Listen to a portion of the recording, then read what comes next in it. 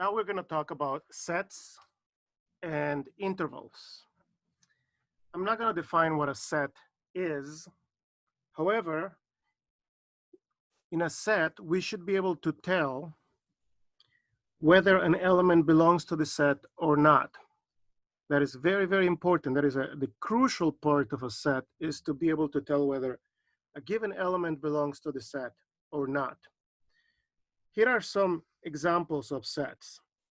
So the set A is the set of all the elements in the integers. This symbol means in at this point, or belongs to. So for now, let's just say in. Okay.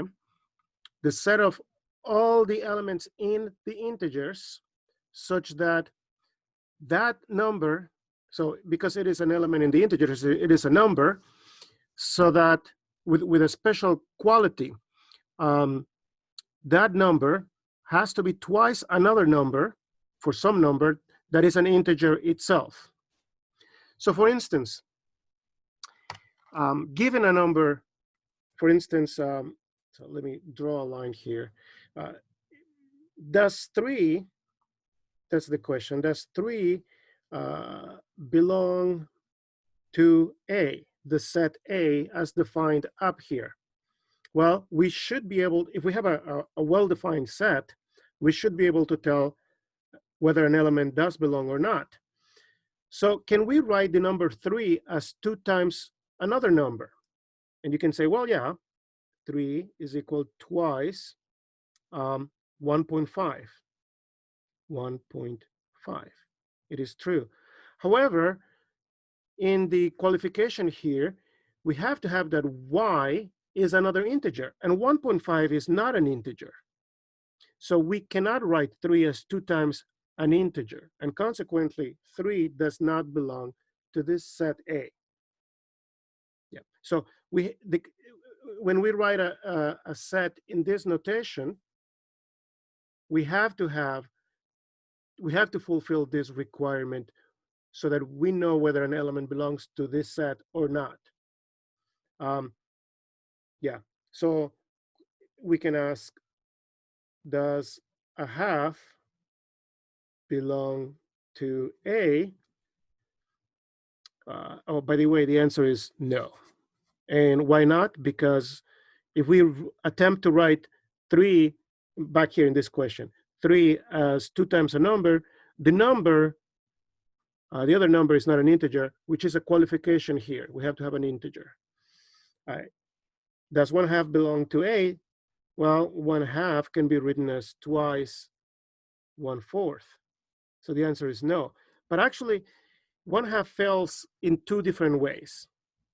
A half is not even an integer. See, here, when we define A, we say that A is the set of all the elements in the integers. So all the integers with an additional qualification. So all the integers with an additional qualification. Well, this is not even an integer. So this number does not even qualify. So we don't even have to do this anymore. We can just say no, 1/2 is not does not belong to A, because 1/2 is not even an integer. So it does not even qualify. Yeah. So we gotta be able to tell whether an element belongs or does not belong to a set. Very, very important. Now, some sets such as B are very simple because we can just tell the elements. So we can ask, does Z, by the way, I cross my Z's, so I distinguish them from 2's. If I don't cross the Z's, my 2's and my Z's would look too much alike. So that is just my way, my personal way of differentiating 2's and Z's, nothing else. So does Z belong to B, the second set, B? Well, no, because B contains A, B, and C, not Z. So no, that is plain and clear. That's very simple. So does H belong to B as another example? No, it's only A, B, and C. Does M belong to B? No, I mean, it's just A, B, and C. That's it. So if the set has only a few elements in it, it's very easy to tell whether an element belongs to the set or not. This set is more tricky, okay? Because you could say, well, just like the one above, only Lucy and Charles belong to the set. But wait a minute, there's hundreds of Lucys in the world. I'm sure there's hundreds, if not thousands or even more than that. And there's hundreds of Charles in the world. So it's not clear which Lucy, are we talking about all the Lucys in the world? Are we talking about all the Charles in the world? This is not very clear whether we are talking about a particular Lucy, all the Lucys, a particular Charles, all the Charles in the world. Um, what if a cat is named Charles? Does that see? This is not very clear. Now, usually, well, I shouldn't say usually. Oftentimes, when I write this down, what I mean is the word Lucy, which can represent a person or the name of a person, or the word Charles, not a specific Charles, but the word Charles that could represent a specific person, but not necessarily. So in C, we gotta be, yeah, C can be confusing. Let me write this on a different page because I'm running out of space. So C equals Lucy, comma, Charles. So this is a little ambiguous because are we talking about people? And if we're talking about people, who specifically? Who specifically? And or are we talking about just the names? Names, the name Lucy, the name Charles, among all the names that somebody could have, which are many, many, many names in the world. So this is not clear. So the question we can ask is, does Lucy belong to C? And we gotta be a little clear. We mean the word Lucy. So this could be a subset of all the words in the English dictionary, although I don't know if proper names are in the English dictionary, but in all the words that we can come up with in English, maybe that's, then yes. So as you can tell, this is a little more confusing. Maybe we're talking about a Lucy in our classroom and a Charles in our classroom. So we have to be more specific. And that brings us to the next idea. Typically, when we are talking about sets, we have to have a universe. So U is the symbol for universe. Actually, this is there's the U, is the universe set. Typically corresponds to a narrowing of the items, elements, or things we're going to discuss or talk about. So for instance, when I'm talking about people, typically I have to narrow that down to only the people in a classroom or only the people in a household. So for instance, the characters of a sitcom, or the characters of a show, or a play, etc. So then there's no confusion about whether we're talking about words or people or something else. Yeah, yeah. So we gotta be careful. We have to understand what the universe is when we are given a set. Otherwise, things are wide too open. So for instance, here, and sometimes the universe is understood. Here we can say, well, perhaps the universe, it's not clear, it's understood the universe is just the letters of the alphabet, A through Z, and this set corresponds to just the first three letters in the alphabet. Here, we are making the universe clear. The universe is the set of all the integers, and A corresponds to a particular kind of integer. All right, so we gotta, when we have a set, in the back of our minds, we have to think, wait a minute, what is the universe?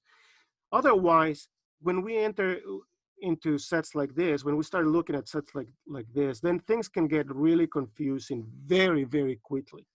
So the universe is an important set.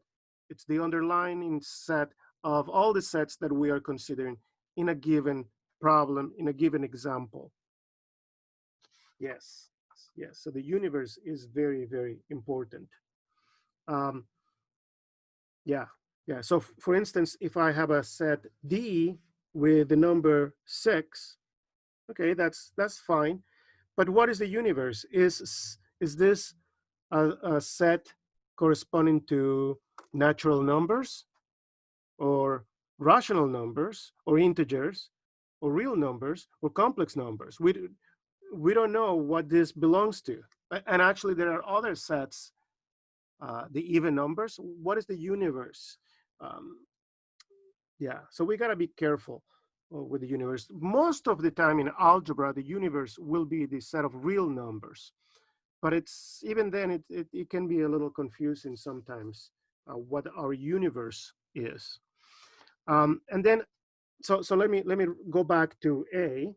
Another way to express A, okay, A is the set of numbers, integers, so that they are twice another integer. Well, 0 is twice 0, and 2 is twice 1, and 4 is twice 2, and 6 is twice 3, and so forth, 8, etc., with no end. And then we also have -2, which is twice -1, and -4, and so forth on the left. Okay, so A can also be written this way, the set of all the even numbers. Once we establish what the complement is, rather what the universe is, which in this case, we're going to assume the universe is the set of all the integers, then we can talk about the complement. So this is the same set with a exponent of C that means complement. And that corresponds to all the elements that are in the universe, but are not in the given set. So an integer that is not in this set would be 1. Another integer that is not on that set is 3 and 5 and 7 and so forth, 9, 11, 13.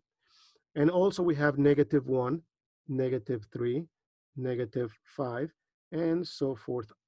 So that would be the complement of this on the integers. So when we say complement, we got to be careful. Complement relative to what? To the universe, and the universe has to be well established at the beginning. If it isn't clear, then we can make it clear. We can just write down complement of A relative to the integers. Yeah, so we got to be very, very clear as of what kind of sets we are working on. Then we have sets of polynomials, we have sets of functions, we have all kinds of sets. So we got to be very, very careful with the kinds of sets we're working on. We have the union of sets. So these are new examples. Let's come up with new examples. Oh, before I do the new examples, there's one distinction I have to make, or one note I have to make. The word or in mathematics doesn't have the same meaning as or in everyday language. Or means in math, we mean one, comma, the other, comma, or both. Yeah, in everyday language, typically when we say one or the other, we mean choose one or choose the other, but not both. But in mathematics, we mean one, the other, or both. So we have an inclusive or. Yeah, that's the standard or in mathematics. So in mathematics, sometimes we use words not exactly in the same way as we would use those words in everyday speech. The word and is very, very strict. Very, comma, very strict in mathematics, which means if we say we have to do this and that, we mean both. If we miss one, no, it's that is not acceptable. So both have to be in it.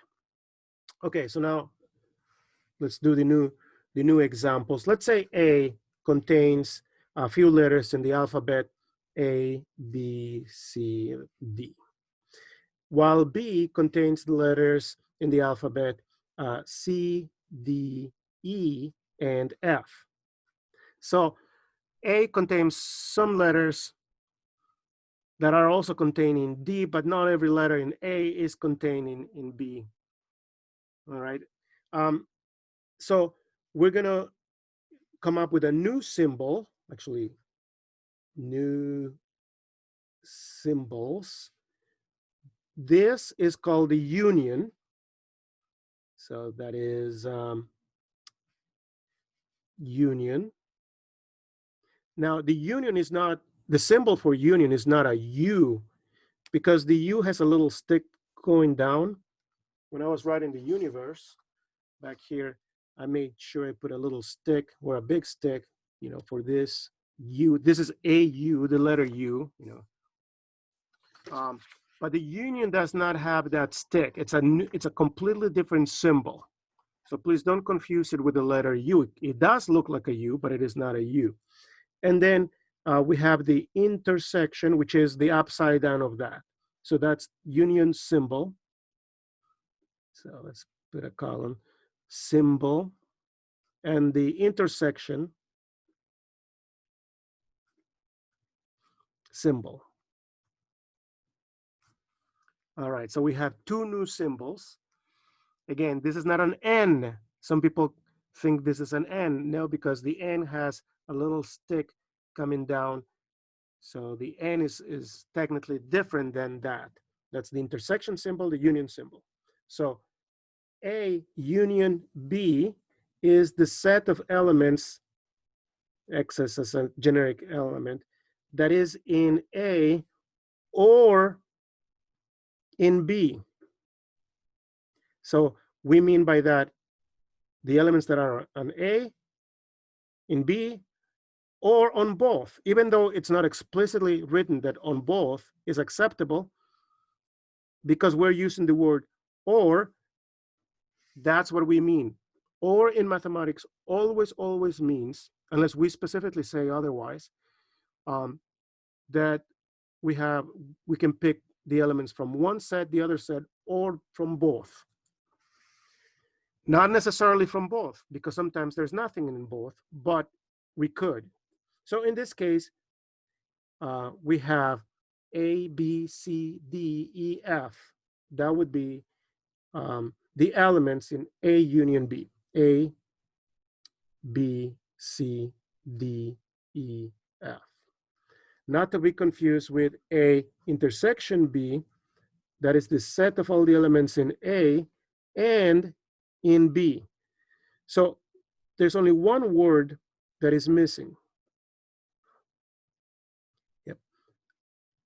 Well, not that is missing, that is different. Here we're using or, here we're using and we are very, very strict about and. In this case, we mean in both, and elements that are in both of the sets. So the only elements in both of the sets are C and D. So we have C, comma, D. Those are the two elements that are in both of the sets. Let's continue with more new examples. Let's say D is A, B, and E is E, F, just those two. So what is the intersection of D with E? In other words, what are the elements that are in both of the sets? None. If there is nothing, the symbol we use, actually there's two symbols. this is the symbol we can use. So that denotes the empty set.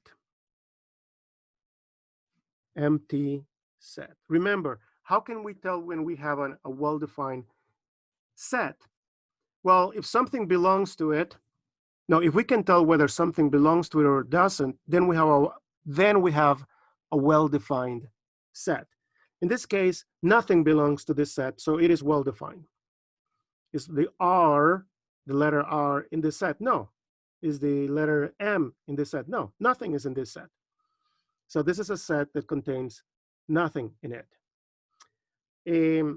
There's a second symbol that is used. It is a circle with a line, a diagonal line crossing the circle across, all the way across. So either one of those two represent the empty set, one or the other, but not both. Notice that I did say not both. So yeah, so either use this symbol or this symbol, but don't mix the two in one problem. Yeah, unless you really want to, but then you got to make sure you know what you mean by that. All right, so those are the unions, the intersections. Now let's change gears a little bit and let's talk about intervals. Intervals. So intervals are sets of the real numbers. So the universe is the real numbers. And there's one more thing, intervals are connected. There's no gaps typically within intervals. So first of all, in intervals, the universe, it is understood that the universe is the set of all real numbers and they're typically connected. Yes. So let me start with a picture. So here we're going to have examples of intervals. Let's start with an example 1. Okay, so we draw the number line, and then if we start with the number 2 and end with the number 5, and every number in between, this is the graph. This is one way to draw the graph of that interval. So this is an interval. It is a set within the real numbers. I missed to mention what a subset is, so I'm going to do that after we finish this interval, because that would be more proper to say that this is a subset of all the real numbers. But that's okay. It's a set contained inside of the real numbers.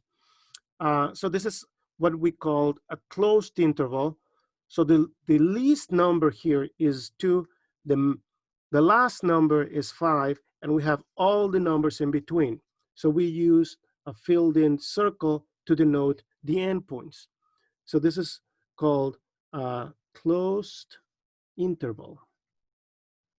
There are 2 notations. That is one of them. There are 2 ways to draw this picture. Another way is to put this square bracket and then all of those in between, and then fill in everything in between. So this is acceptable and this is acceptable. Either one of those 2 mean the same thing. Oh, well, we have to denote what this number is, 2 and 5. Otherwise, we cannot tell. We have to write them down at some point. So the smallest number here is 2. The biggest number is 5. I also have to define what we mean by smaller and bigger. So there's 2 concepts I need to do, subset and smaller and bigger, which we can define quickly afterwards. Okay, so this is those 2 are ways to draw a graph. Don't do both. Do one or the other. I prefer this one, but this one is just as good. So this is the graph. Either one is the graph. There's another way to denote this closed interval. We can use interval notation. Interval notation. And that is just using this square bracket, 2, comma, 5, and square bracket. So that is another way to represent this set of numbers, all the numbers between 2 and 5, including 2 and 5. There it is. Make sure your symbols are well written. If I see something that is sort of squarish, but it's not clear that it is squarish, kind of like this. If something is ambiguous, this is true in all of mathematics. If something looks ambiguous, I'm going to consider it wrong, or ambiguous is wrong. We cannot have ambiguity in mathematics. Everything has to be quite clear. So ambiguous is wrong. This is the interval notation. And then we have the inequality notation.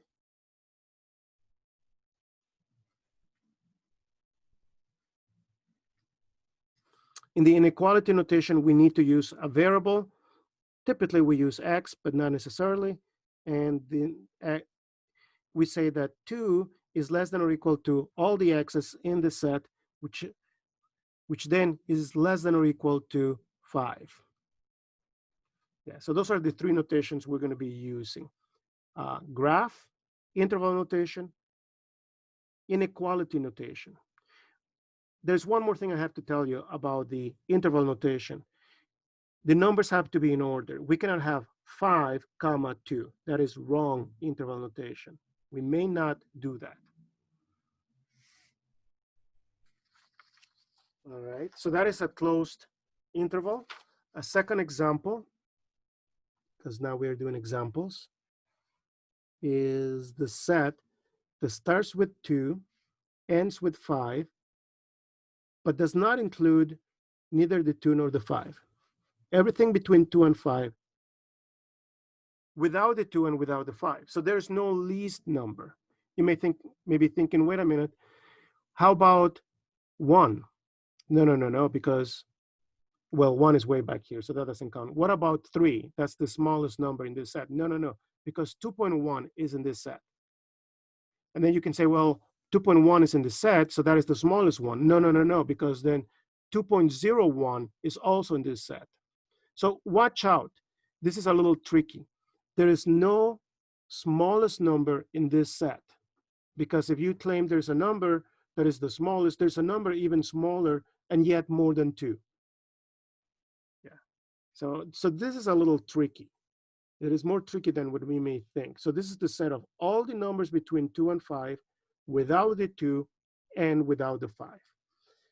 The other graph we could use is the one using round parentheses as opposed to square parentheses. In the closed interval, we use square parentheses. In the open interval, so this is an open interval, we have round parentheses, 2, 5. The corresponding inequality is rather interval notation. Interval notation is 2, comma 5, just as in the closed interval. But in the closed interval, we did use 2, comma 5, but here we use closed brackets, well, square brackets, while here in the open interval, we use round parentheses. We have to, we must. And by the way, if you put the 5 first and then the 2 second, that's wrong. Yep. And then we have the inequality notation, which says that 2 is less than x, which is less than 5, as opposed to less than or equal and less than or equal. So this is a strict inequality versus a non-strict inequality. All right. Oh, one quick thing. If I ask out of the blue, you're walking down the street and then and I happen to see you, and I say, hey, graph 5, 2. No. Sorry, that was um, I was getting ahead of myself. That's for a different remark or comment. Oh, the eraser doesn't work too well, but let's say I ask you to graph 2, 5 out of the blue. Forget this is there. You're just passing on the street, and I say, hey, would you please graph 2, 5? Some people will probably graph this 1, 2, 1, 2, 3, 4, 5. And some other people will say, wait a minute, that's an interval from 2 to 5 and all the numbers in between. And they're both going to be sort of right in the sense that they're both acceptable. If there's no context to this notation, nobody really knows whether we're doing this or that. We have to have a context. So usually when we are working with intervals, it is clear that this means the interval and not the 0.25. And those are completely different ideas. They have nothing to do with one another, by the way, except that they have the same notation. That is unfortunate that we're using the same notation for completely different ideas. They have nothing to do with one another. And yet we're using the same notation. That's not too much of a problem because the context of the problem tells us which one we really mean in each particular case. It's like if two people in a classroom have the same name, two people are named Jonathan. So when I call for Jonathan, then the two of them say, hey, what?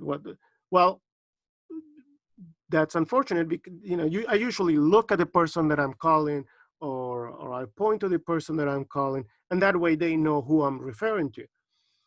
The context of the situation tells us the person. So likewise here, we're using the same notation for two separate ideas, and usually the context tells us what we are talking about, not the 0.25, but the interval 2, 5, for instance.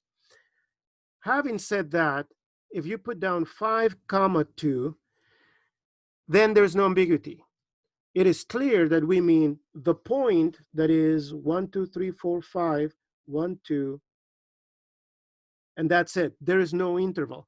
Because if this was an interval, we would have to put 2 first and then 5. So either if somebody meant to write down the interval from 2 to 5, then they wrote it wrong, or this is the only other possibility. This has to be it. Okay, so be careful with the notation. Notation is very important, and we have to be very clear. We cannot be ambiguous. That's why back here, when I said, if something looks like it's kind of squarish, but roundish, then I'm going to mark it wrong. If you have to write something like this and you make a mistake, just cross it off, even if you're using ink.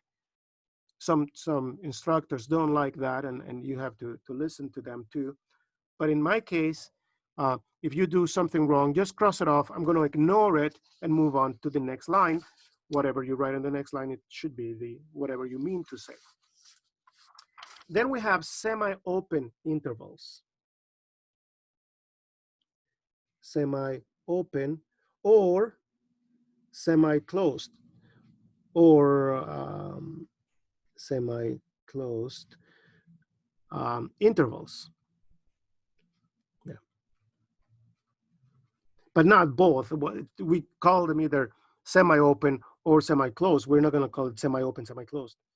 I guess you could, but it's kind of confusing. So what is a semi-open? This is going to be example 3, or semi-closed. Well, let's say you go from 2 to 5. 2 to 5. We include the 2, but exclude the 5. That's fine. So that would be the graph for it. Or you can go and do this. and then everything in between from 2 to 5. So those are the two possibilities for the graph. Please don't do both, one or the other. And for the interval notation,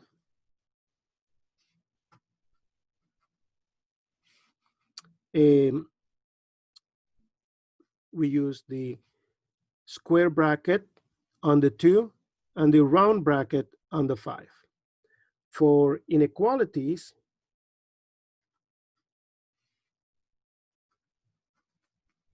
we use the equal on the 2, but not the equal on the 5.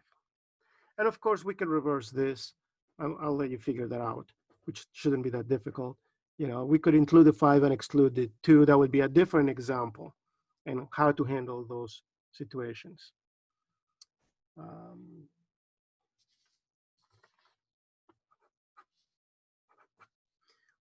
I just made a note of the things that I was forgetting to make sure I bring them back in a moment. Oh, there are some sets that are more complicated. So let's look at those sets.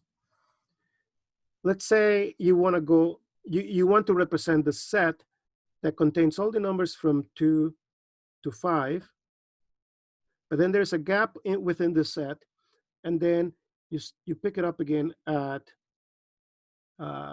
10 and finish at 12. So all the numbers between 2 and 5, and all the numbers between 10 and 12, including the 2, the 5, the 10, and the 12. So how do we write this with an interval notation? We have to use two intervals. So 2 to 5 union 10 to 12. Yep. So that's the way we would do that. With inequality notation, 2 less than or equal to x less than or equal to 5, or union and or are very, very much the same. 10 less than or equal x less than or equal to 12. Yep. Okay, let's talk about infinity.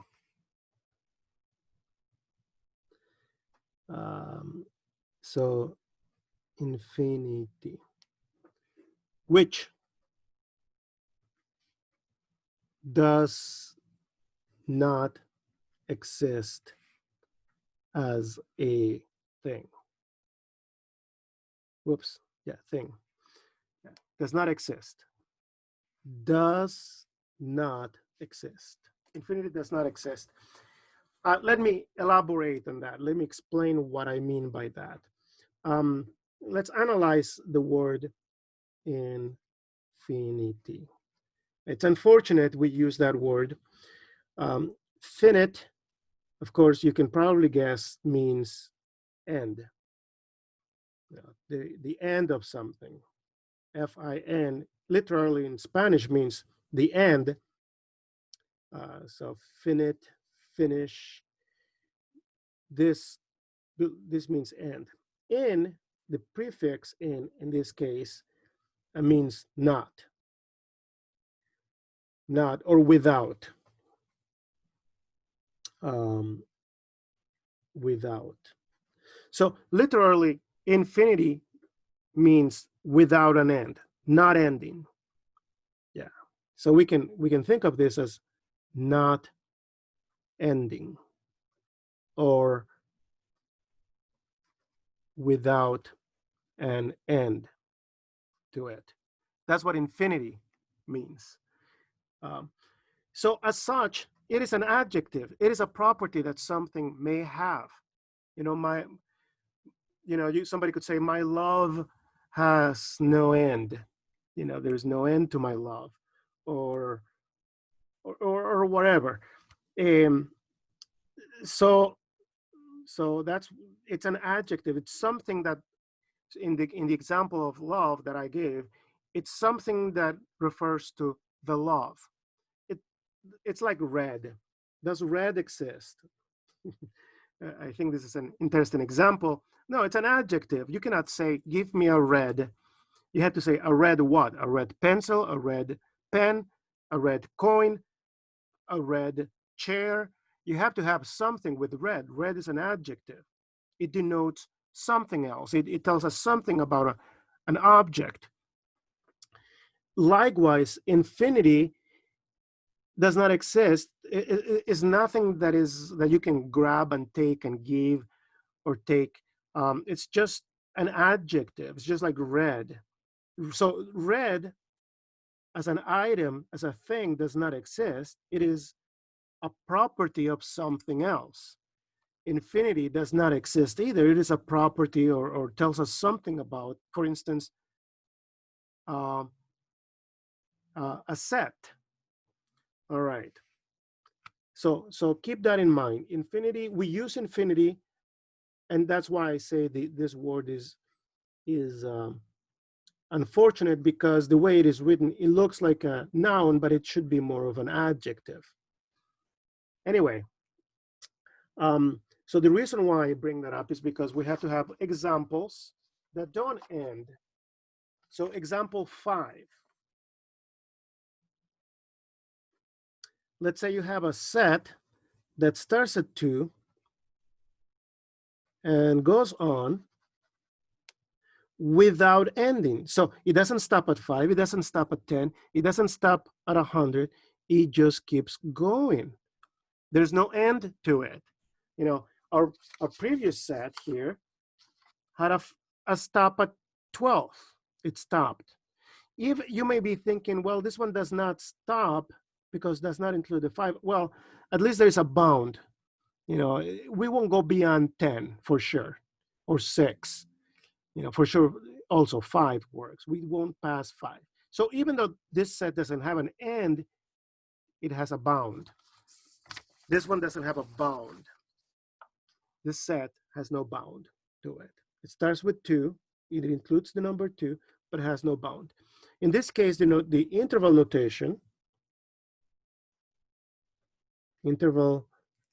notation is start with 2, included 2, and do not end on the right. That's what we mean by do not end. Or that's what we mean by using the symbol infinity. So infinity means does not end. It goes on. Whenever we use the infinity symbol, we use the round parenthesis. We never use the square bracket. Again, because in order to have a square bracket, we have to have an end to it, but it doesn't. We have to have a stop. That's the bracket tells us the last element in the set, but here there's no last element. You know, 1 million or 2 million or 3 million, whatever number you give me, I can always double it. And that's going to be farther.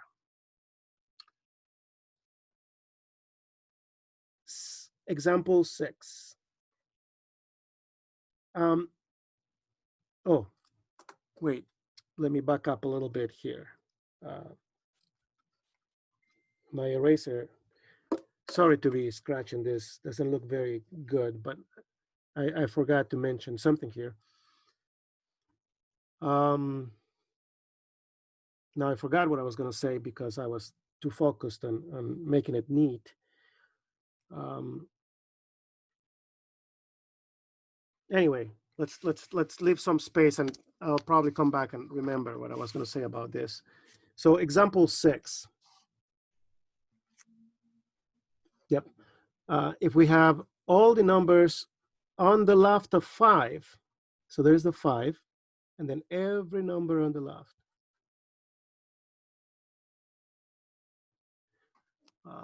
I think I remember what I was going to say. Sorry to move this back, but I don't want to forget. It would be wrong. It is very incorrect and consequently wrong to write infinity comma 2. And now I remember what I was going to say. Yes, it is very incorrect to do that. We have to, even though infinity does not exist, we always put the infinity on the right, as if it did and it was bigger than the 2. Now I remember, I forgot to mention here the inequality notation. Inequality notation. 2 is less than or equal to x, and leave it at that. That's it. That is the inequality notation. Some people write 2 less than or equal to x less than infinity.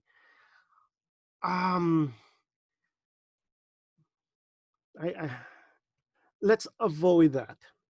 So avoid comparing infinity to anything else with an inequality. So let's make that a rule. Rule for us, for this class, for the class that I'm teaching. Avoid comparing infinity with inequalities. I see why some people do that. I'm not gonna call them wrong, but I don't want to use that. I don't want to say more about that other than avoid doing that. I will take points off in my class if you compare infinity, because then the other question is, well, how does infinity compare to infinity? It's not even a thing that we can compare to. So just avoid comparing infinity with anything else. It does. Okay, okay, this is the argument I want to make. Infinity, as I established back here, does not exist.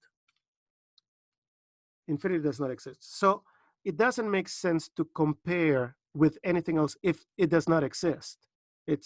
That's the reason that I'm going to give. So please do not compare infinity. If you want to write this set with an inequality, then just state that x is greater than or equal to 2, or that 2 is less than or equal to x, and leave it at that. Don't do anything more. This is it. And the reason is because infinity does not exist, so how can we compare to anything else? Yeah. Yeah. So existence is something important in mathematics. Now, this notation, this set, the way we write this with interval notation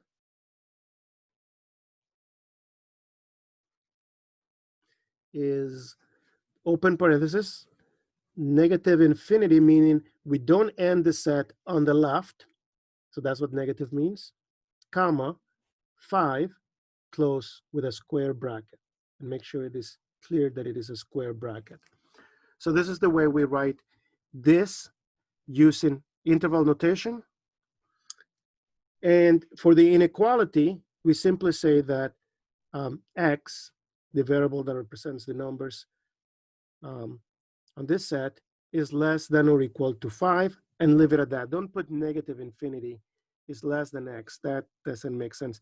If infinity doesn't make sense, negative infinity doesn't make sense either. In the sense that, what I meant by that, if infinity does not exist, then negative infinity does not exist either.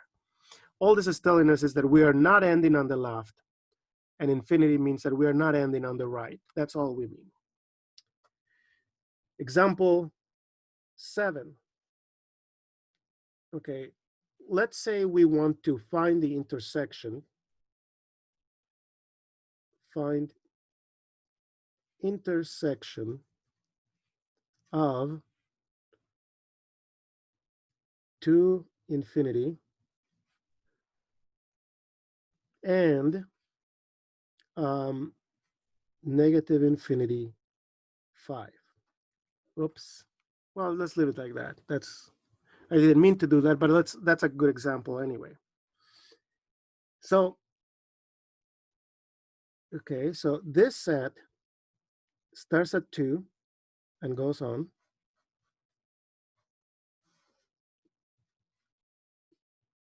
This set ends at 5, excluding the 5.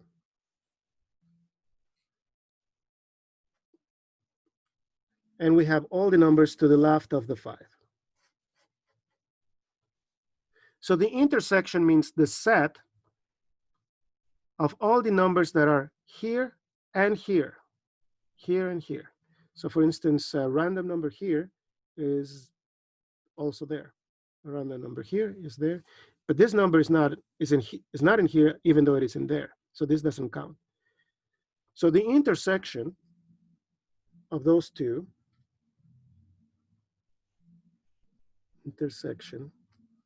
is the set that starts, well, let's do the graph, starts with 2,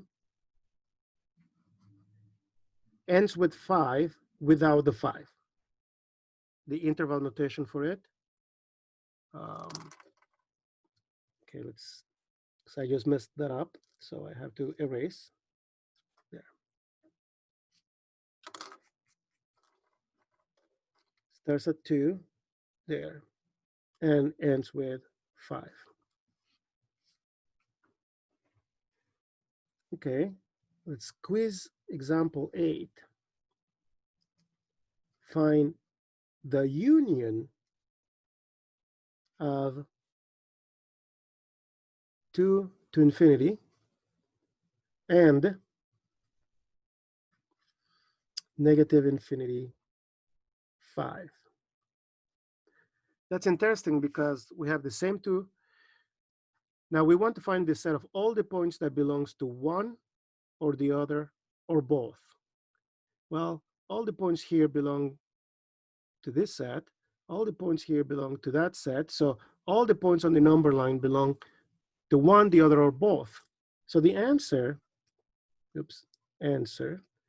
is the entire line, all of it. With interval notation, we say from negative infinity to infinity. So whenever we want to express all of the real numbers, we write down from negative infinity to infinity. So that is the interval notation.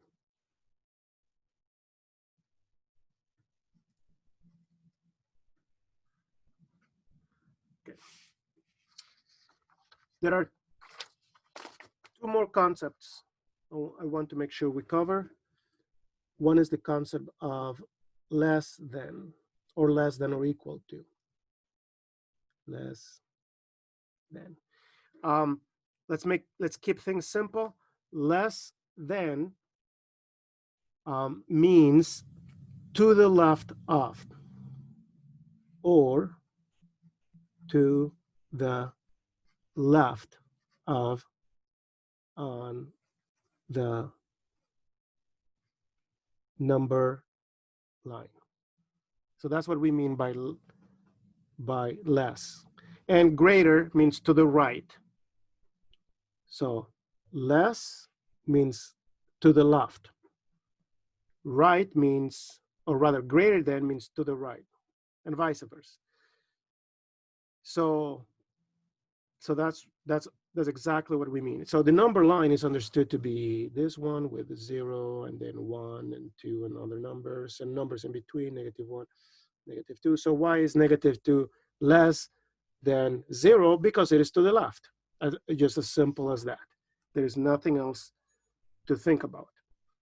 So this is just relative position to something else. That's all we mean by less than. Less than or equal, of course, means that we are to the left, but we could also be on it, on the other number. And the other thing that I neglected to mention earlier in this video was the concept of subset. Subset is a set whose elements belong to another set.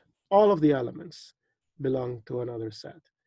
And the symbol we use, there's a couple symbols. It's not a C. Remember, the union looks like that. It's not a U. The intersection is not an N. It kind of looks like, but it's not. It's just like a hook. It's just like a, yeah. It looks kind of like a U, but it's not a U. This looks like an N, but it's not an N. This kind of looks like a C, but it's not a C. It is the subset symbol. So we can give a definition. A is a subset of B if every element in A is in B. Yeah. All right. This is the end of this video.